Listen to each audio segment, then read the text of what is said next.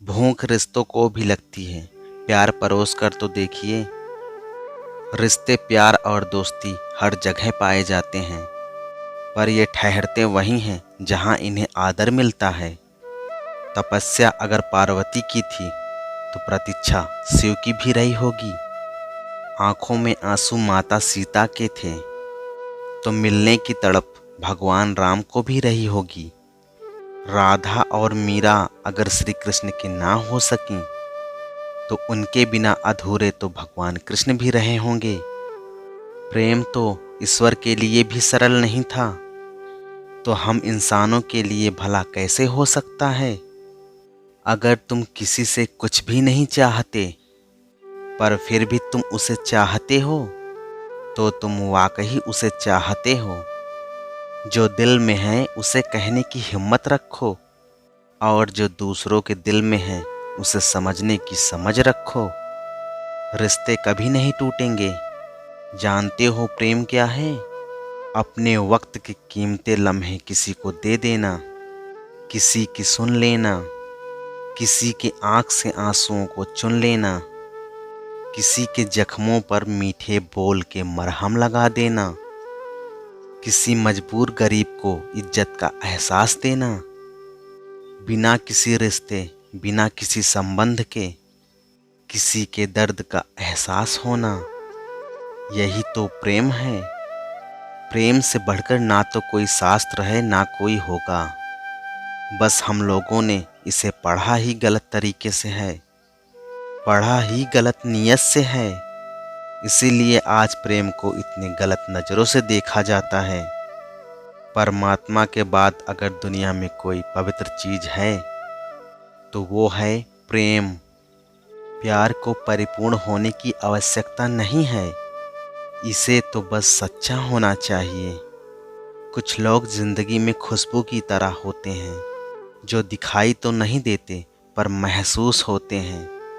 इंसान को उसकी बुराइयों समेत स्वीकार करने वाला ही उसका सच्चा मित्र होता है, क्योंकि अच्छाइयाँ तो दुश्मन की भी आकर्षित कर लेती है।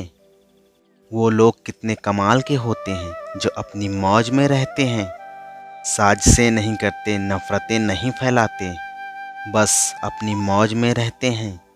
कोई भी मनुष्य किसी बात को किस तरह समझता है ये उसकी मानसिकता तय करती है। कोई दूसरे की थाली से छीन कर खाना अपनी शान समझता है, तो कोई अपनी थाली में दूसरों को खिलाकर संतुष्ट होता है। सारा खेल तो समझ, मानसिकता और संस्कार का ही है।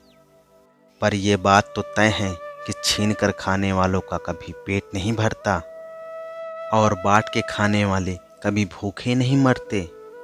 जो व्यक्ति बिना मेहनत किए ईश्वर से सब कुछ पाने की अपेक्षा रखता है, उसे कुछ प्राप्त नहीं होता, क्योंकि उसके जीवन में कर्म तो है ही नहीं।